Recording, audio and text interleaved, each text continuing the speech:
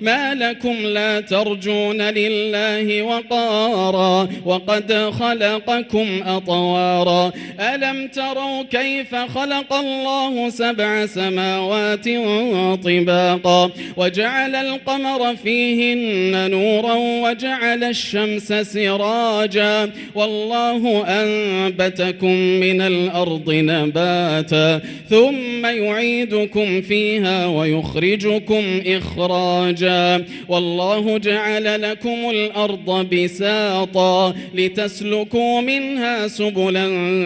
فجاجا قال نوح رب إنهم عصوني واتبعوا من لم يزده ماله وولده إلا خسارا ومكروا مكرا كبارا وقالوا لا تذرن آلهتكم ولا تذرن ودا ولا